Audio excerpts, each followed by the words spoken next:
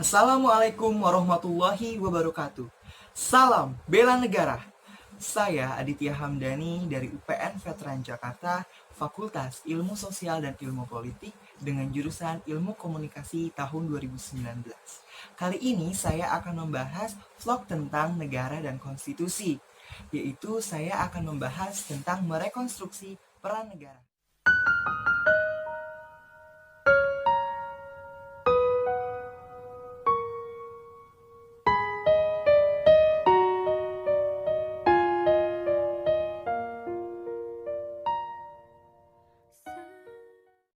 Saya akan menjelaskan pengertian negara melalui beberapa bahasa.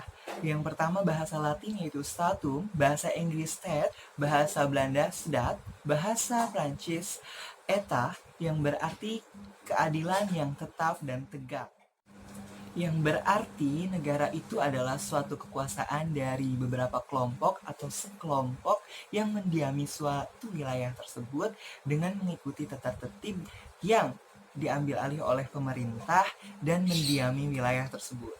Itu adalah salah satu ringkasnya pengertian negara. Sedangkan unsur-unsur negara yaitu ada rakyat, wilayah, pemerintahan, dan undang-undang. Dengan demikian, konstitusi merupakan peraturan atau perundang-undangan tentang sebuah negara. Di Belanda sendiri, konstitusi disebut grondwet, sedangkan di Indonesia adalah undang-undang dasar seperti yang sudah kita ketahui. Secara umum, memang konstitusi ada dua, konstitusi tertulis dan konstitusi tidak tertulis.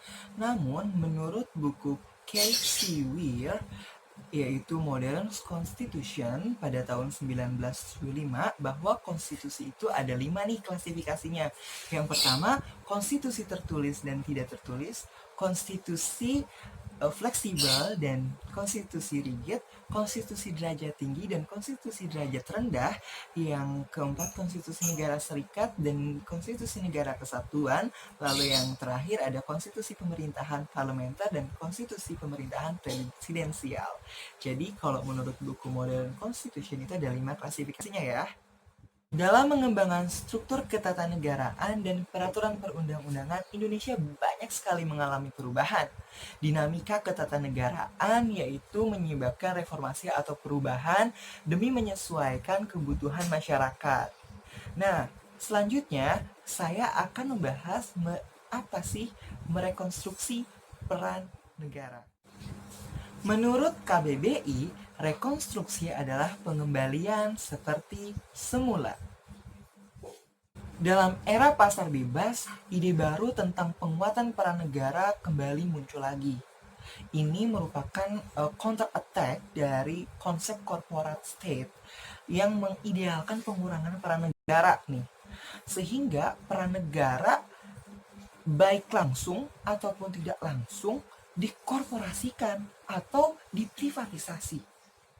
Muncul konsep badan hukum milik negara yang bersifatnya independen, tidak komersial tetapi juga tidak disubsidi oleh negara. Seperti universitas-universitas negeri di Indonesia mulai bergeser ke konsep seperti ini. Nah, dengan kata lain, negara itu semakin berorientasi pasar. Perekonomian pun dikuasai oleh kapitalis. Kekuasaan kapitalis yang semakin besar ini berdampak langsung kepada kehidupan rakyat. Memang di satu sisi pembangunan terasa lebih nyata, namun jurang antara si kaya dan si miskin ini juga amat sangat terasa, malah bahkan berdampak ke ketimpangan moral. Lanjut ke berkaitan dengan peran negara. Maka konteks konstitusionalisme menjadi pilar dalam negara hukum yang demokratis. Dapat mengacu pada teori Hans Kelsen tentang Schuffenbau des Rechts, bahwa yang dimaksud dengan undang-undang dasar adalah peraturan perundang-undangan yang tertinggi. Nah, kira-kira menurut kalian semua, apakah peran negara sudah optimal? Apakah negara perlu merekonstruksi perannya kembali? Silahkan diskusi di kolom komentar. Terima kasih atas perhatiannya tentang vlog saya mengenai negara dan konstitusi, yaitu yang tadi membahas merekonstruksi peran negara.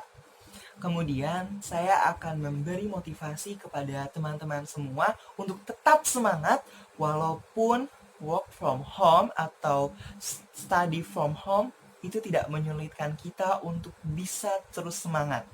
Kita juga harus bisa memberikan semangat kepada tenaga medis sebagai hero kita dalam menangani COVID-19 ini. Mereka berani bertaruh nyawa di garda terdepan. Kita doakan mereka semoga mendapat lindungan dari Allah Subhanahu wa Ta'ala dan wabah ini cepat selesai dan negara kembali pulih dan kita semua bisa beraktivitas seperti biasa.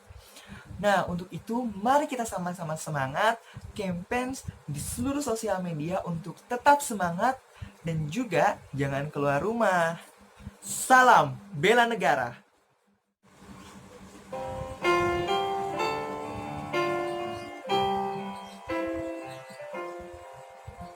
Satu nusa, satu bangsa, satu bahasa kita. Tanah air pasti jaya untuk selama-lamanya.